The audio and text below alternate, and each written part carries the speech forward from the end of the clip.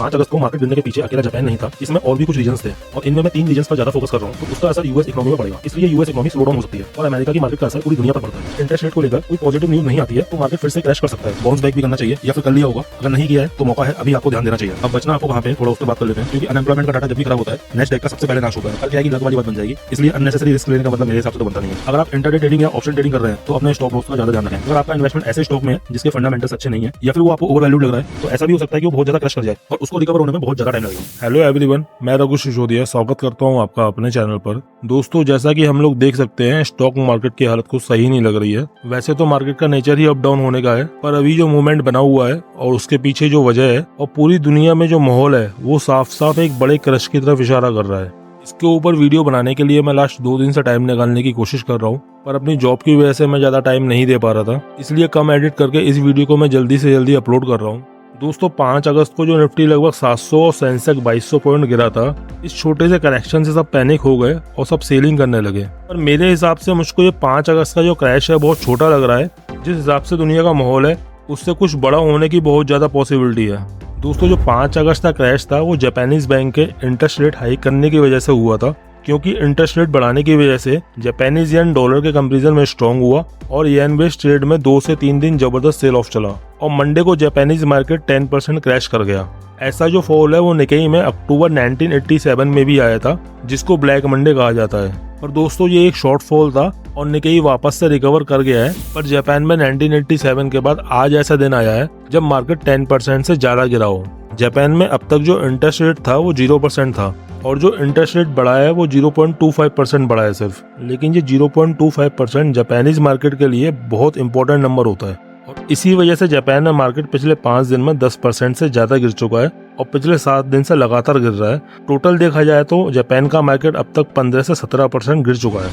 अब करेंसी की बात करूं तो यूएसडी जेपीवाई पहले लगातार ऊपर जा रहा था, यानी कि डॉलर स्ट्रॉन्ग होता जा रहा था जापानीज येन के कंपैरिजन में। और अगर आज देखें तो ये नीचे आ गया है 147 के लेवल पर, मतलब यूएसडी जेपीवाई एक महीने में 160 से 147 के लेवल पर आ गया। That's mean US dollar weak हो रहा है और जापानीज करेंसी स्ट्रॉन्ग हो रही है। अब जापान में पहले से चीजें बहुत महंगी हैं और वहाँ पे इन्फ्लेशन भी लगातार बढ़ता जा रहा है और गवर्नमेंट इन्फ्लेशन कंट्रोल करना चाहती है, इसलिए वहाँ की गवर्नमेंट ने इंटरेस्ट रेट बढ़ा दिया। जापान एक ऐसा देश है जहाँ पे बैंक में सेविंग अकाउंट्स पर नेगेटिव इंटरेस्ट रेट मिलता है। उसके उल्टा अगर इंडिया में देखा जाए तो यहाँ पे सेविंग अकाउंट पर 3 से 6% इंटरेस्ट मिलता है, पर जापान में सेविंग अकाउंट में उल्टा पैसा कम हो जाता है। सेम ऐसा ही स्विट्जरलैंड में होता है, क्योंकि इंटरेस्ट रेट 0% था और ये सब होने के कारण जापानीज लोग अपना पैसा बाहर के देशों में इन्वेस्ट कर रहे थे। अब अगर जापानीज को उन्हीं की मार्केट में इंटरेस्ट रेट मिलने लग जाएगा तो जापानीज येन बाहर नहीं जाएगा। इसी वजह से जापानीज येन स्ट्रॉन्ग हो रहा है और वहाँ के लोग शेयर मार्केट से अपना पैसा बाहर निकाल रहे हैं, इसलिए जापान की मार्केट टूटी। और जैसा कि हम लोग देख रहे हैं इसका जो इम्पैक्ट है वो एशियन मार्केट पर पड़ना ही पड़ना है। चाइना का एसएससी भी देखूं तो वो भी डाउन चल रहा है। आपने भी देखा होगा ग्लोबली मार्केट पूरी डाउन चल रही है। अब अगर हैंसेक देखूं तो वो भी डाउन चल रहा है और नेस्डैक देखूं तो वो भी डाउन चल रहा है। और ये जो डेटा है ये मैंने सिर्फ 5 दिन पहले का ही उठाया है। तो नेस्डैक यानी कि यूएस मार्केट भी गिरा हुआ है, निकेई यानी कि जापानीज मार्केट भी गिरा हुआ है, चाइनीज मार्केट भी डाउन है। अब ग्लोबली मार्केट डाउन है, इसलिए आप देख सकते हैं इंडियन मार्केट भी गिरी हुई है। पर आज हमको निफ्टी और सेंसेक्स में कोई रिकवरी होती हुई दिख रही है, लेकिन ये सपोर्ट अगर लगातार बना रहे तो बहुत अच्छा है। पर अगर ये सपोर्ट टूटेगा तो मार्केट और ज्यादा नीचे जा सकता है। पर अगर थोड़ा और डिटेल में जाऊं तो 5 अगस्त को मार्केट गिरने के पीछे अकेला जापान नहीं था, इसमें और भी कुछ रीजंस थे और इनमें मैं 3 रीजन्स पर ज्यादा फोकस कर रहा हूँ, जिसमें सबसे पहला है ग्लोबली बहुत सारी प्रॉब्लम्स होना। रशिया यूक्रेन का चलते चलते बहुत लंबा टाइम हो गया है और इसने भी मार्केट को बहुत ज्यादा इम्पैक्ट किया है और अब बांग्लादेश में भी शुरू हो गया है और इसका असर टेक्सटाइल सेक्टर पर बहुत ज्यादा पड़ सकता है, क्योंकि बांग्लादेश अपैरल्स का वर्ल्ड का 2nd लार्जेस्ट एक्सपोर्टर है और इससे बांग्लादेश का एनुअली $30 बिलियन का एक्सपोर्ट का रेवेन्यू है। 60% से ज्यादा अपैरल्स तो केवल यूरोपियन यूनियन में जाते हैं। इन दोनों बवालों के अलावा इजराइल और ईरान के बीच का वॉर भी और ज्यादा बढ़ सकता है। हमास के इजराइल पर अटैक के बाद इजराइल और ईरान के बीच में बहुत ज्यादा टेंशन चल रही है, पर अब हमास के लीडर इस्माइल हानिया की किलिंग ईरान में ही होने के बाद से दोनों के बीच का टेंशन का ग्राफ बहुत ज्यादा बढ़ चुका है। और मीडिया रिपोर्ट के हिसाब से इस वॉर से पहले इजराइल ने हिजबुल्लाह मिलिट्री चीफ का असैसिनेशन भी करवाया था और अब बेंजामिन नेतन्याहू ने ही बोल दिया है कि इजराइल ईरान के साथ में एक मल्टी फ्रंट वॉर में है। अगर ये सिचुएशन और ज्यादा खराब हुई तो ग्लोबल मार्केट क्रैश कर सकता है। दूसरा रीजन है यूएस में अनएम्प्लॉयमेंट रेट का बढ़ना और ये जुलाई 24 में 4.30% पर आ गया है। जब वहाँ के लोगों को जॉब ही नहीं मिलेगा तो उसका असर यूएस इकोनॉमी में पड़ेगा। इसलिए यूएस इकोनॉमी स्लो डाउन हो सकती है और अमेरिका की मार्केट का असर पूरी दुनिया पर पड़ता है। और इससे ऊपर गोल्डमैन सैच का कहना है कि जो यूएस रिसेशन की प्रोबेबिलिटी है वो 15 से बढ़कर 25% हो चुकी है। पर गोल्डमैन सैच ने यह भी बोला है कि अभी इकोनॉमी सही है और अगर कोई प्रॉब्लम आती भी है तो federal reserve interest rate cut करके वहाँ की इकोनॉमी को बैलेंस कर सकता है। अब आपको मैं एक चीज क्लियर कर दूं, जो फेडरल रिजर्व की नेक्स्ट मीटिंग है वो 17 और 18 सितंबर को है। तो दोस्तों उस मीटिंग पर ना अपनी एक आंख जरूर लगा के रखना, क्योंकि जब तक कोई यूट्यूबर वीडियो बना के और उसको एडिट करके आपको अपडेट देगा तब तक बहुत कुछ बदल चुका होगा। तो अगर इस मीटिंग में इंटरेस्ट रेट को लेकर कोई पॉजिटिव न्यूज नहीं आती है तो मार्केट फिर से क्रैश कर सकता है। और पॉजिटिव न्यूज का मतलब है कि इंटरेस्ट रेट कट होना चाहिए।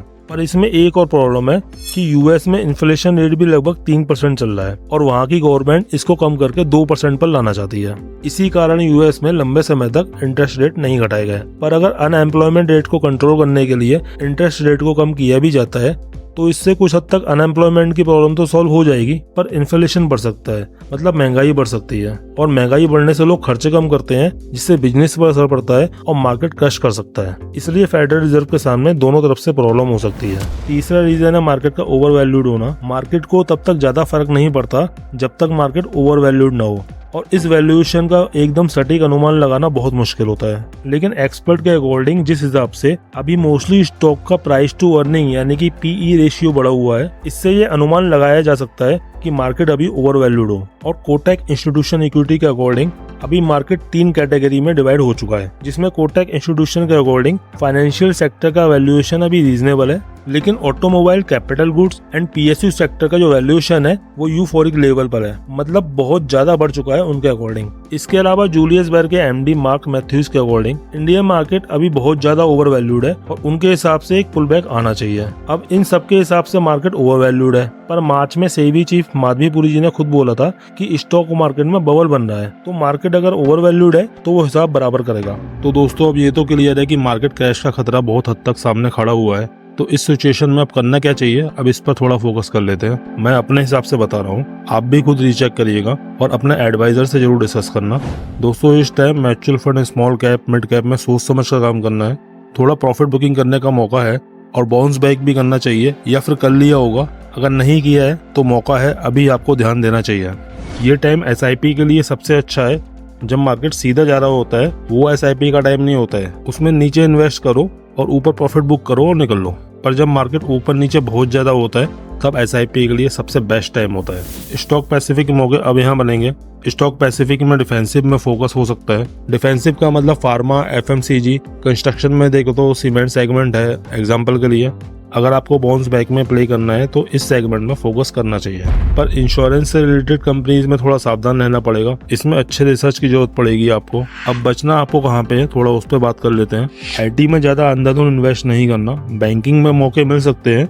स्टॉक पैसिफिक में आईटी में रिस्क है, क्योंकि अनएम्प्लॉयमेंट का डाटा जब भी खराब होता है नैस्डैक का सबसे पहले नाश होता है, मतलब नैस्डैक सबसे जल्दी नीचे गिरता है। अगर यूएस फेडरल कोई पॉजिटिव न्यूज दे दे तो ऊपर भी सबसे ज्यादा नैस्डैक ही जाएगा। तब आपको इसमें लगेगा कि आईटी में इन्वेस्ट क्यों नहीं किया, पर क्या है कि लक वाली बात बन जाएगी। इसलिए अननेसेसरी रिस्क लेने का मतलब मेरे हिसाब से तो बनता नहीं है, इसलिए आईटी में थोड़ा संभल कर रहना चाहिए।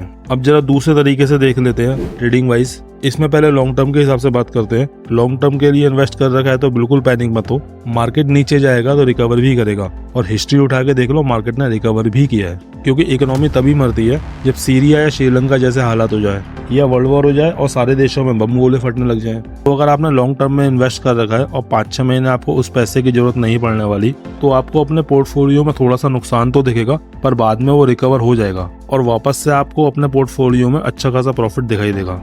दूसरा इंट्राडे और ऑप्शन ट्रेडिंग में बात कर लेते हैं। अगर आप इंट्राडे ट्रेडिंग या ऑप्शन ट्रेडिंग कर रहे हैं तो अपने स्टॉप लॉस का ज्यादा ध्यान रखें। ट्रिगर प्राइस और स्टॉप लॉस प्राइस में थोड़ा सा बड़ा डिफरेंस रखना, जिससे कि मार्केट अगर बहुत तेजी से नीचे गिरता है तो आपका स्टॉप लॉस एग्जीक्यूट हो जाए। यहाँ पे कैपिटल को भी लिमिटेड ही रखना, सारे पैसे इन्वेस्ट नहीं करना है। और अगर ऑप्शन ट्रेडिंग में आप अपनी पोजीशन को हेज रखोगे तो सबसे ज्यादा अच्छा रहेगा। अगर आप स्विंग ट्रेडिंग करते हो तो मेरा मतलब ये नहीं है कि आप बिल्कुल मत करो, थोड़ा लिमिटेड करो, क्योंकि आप देख सकते हो अभी मार्केट में बहुत ज्यादा वॉलिटिलिटी है। इसलिए अगर कोई बैड न्यूज आती है और मार्केट सीधा नीचे गिरता है तो स्विंग में बहुत बड़ा नुकसान हो सकता है। चौथा, अगर आपका इन्वेस्टमेंट ऐसे स्टॉक में है जिसके फंडामेंटल्स अच्छे नहीं है या फिर वो आपको ओवर वैल्यूड लग रहा है तो मतलब अब तक आपको इसमें अच्छा प्रॉफिट हो गया होगा। इसमें आप पहले स्टॉक के फंडामेंटल्स पर फोकस जरूर करना। ऐसे स्टॉक में अगर आपको लगे तो आप उसमें प्रॉफिट बुकिंग कर सकते हो, क्योंकि अगर उस स्टॉक के फंडामेंटल खराब है तो ऐसा भी हो सकता है कि वो बहुत ज्यादा क्रश कर जाए और उसको रिकवर होने में बहुत ज्यादा टाइम लगेगा। अगर आपको लग रहा है कि अभी मार्केट गिरा था तो ये एक अच्छी अपॉर्चुनिटी है बाइंग के लिए, लेकिन अभी जो हालात बने हुए हैं तो मार्केट आगे चलकर बहुत बुरी तरीके से क्रैश कर सकता है। ये मेरा बोलना नहीं है,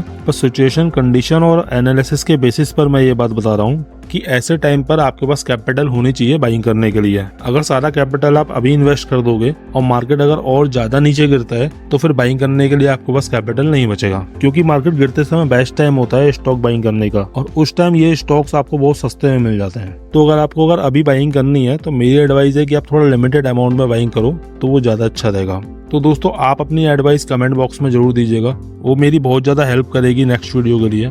वीडियो पसंद आई तो प्लीज लाइक कर दीजिएगा, चैनल को भी प्लीज सब्सक्राइब कर दीजिएगा। तो दोस्तों, मिलते हैं फिर अगली वीडियो में। जय हिंद।